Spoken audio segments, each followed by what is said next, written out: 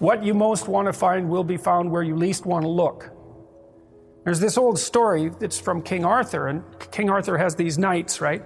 They all sit around a round table, which means they're roughly equal. That's what the round table means. And they're off to find the Holy Grail, and the Holy Grail is the most valuable object. That's what it means. So they're off to find the most valuable thing, but they don't know what it is and they don't know where it is. But they know that there's a most valuable thing, so in some sense it's akin to them orienting themselves by the star.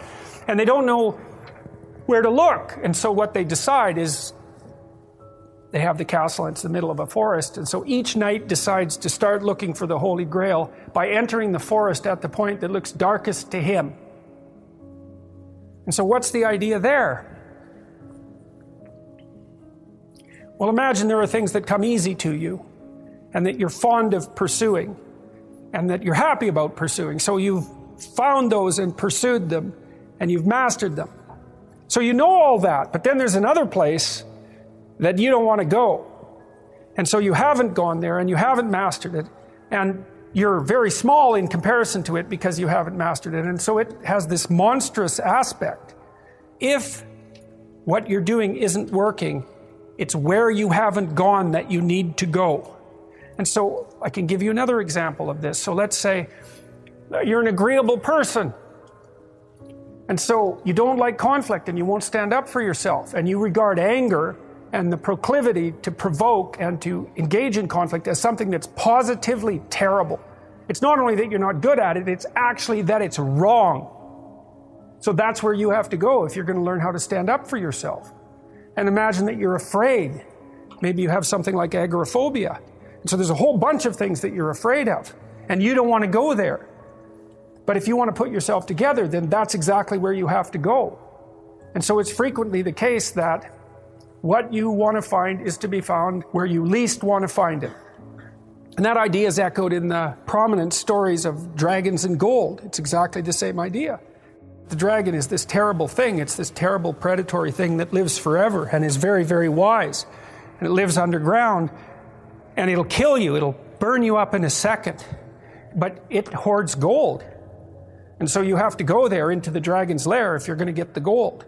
And that's a representation of people's paradoxical relationship with reality. It's like you have to go out there and confront it in order to incorporate what it has to offer to you.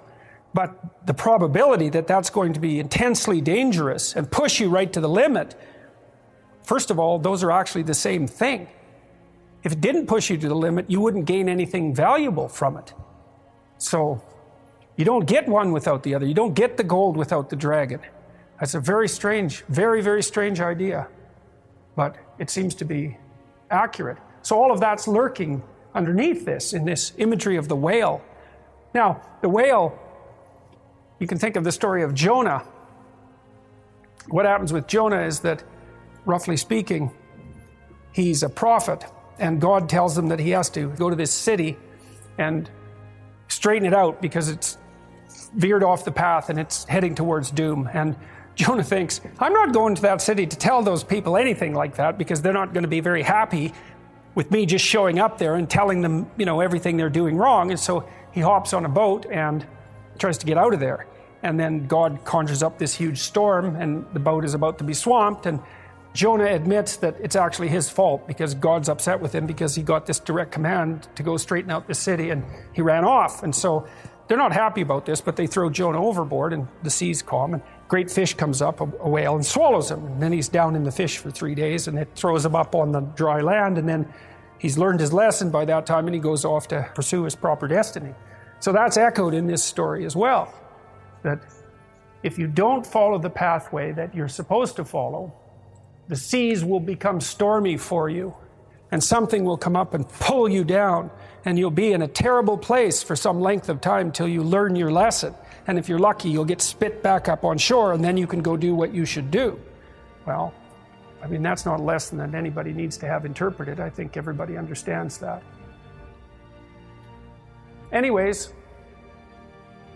the cricket tells Pinocchio what he has to do, and then something kind of paradoxical happens. Pinocchio decides he's going to go do this, and then the cricket has got this weird paradoxical response to that. On the one hand, he's sort of pulling Pinocchio back, saying, look, this is foolhardy. you're going to go all the way down to the ocean, you're going to confront this terrible whale, this is really, really dangerous.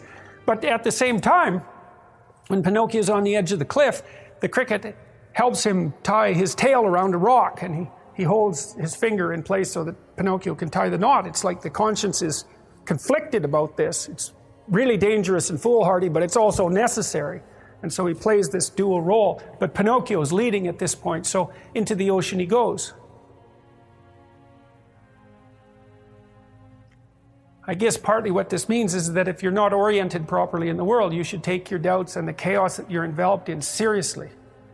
You should face it and think it through. You should go into it as far as you can go into it, because maybe you'll find something at the bottom of it. I mean, the alternative is to pretend that it doesn't exist.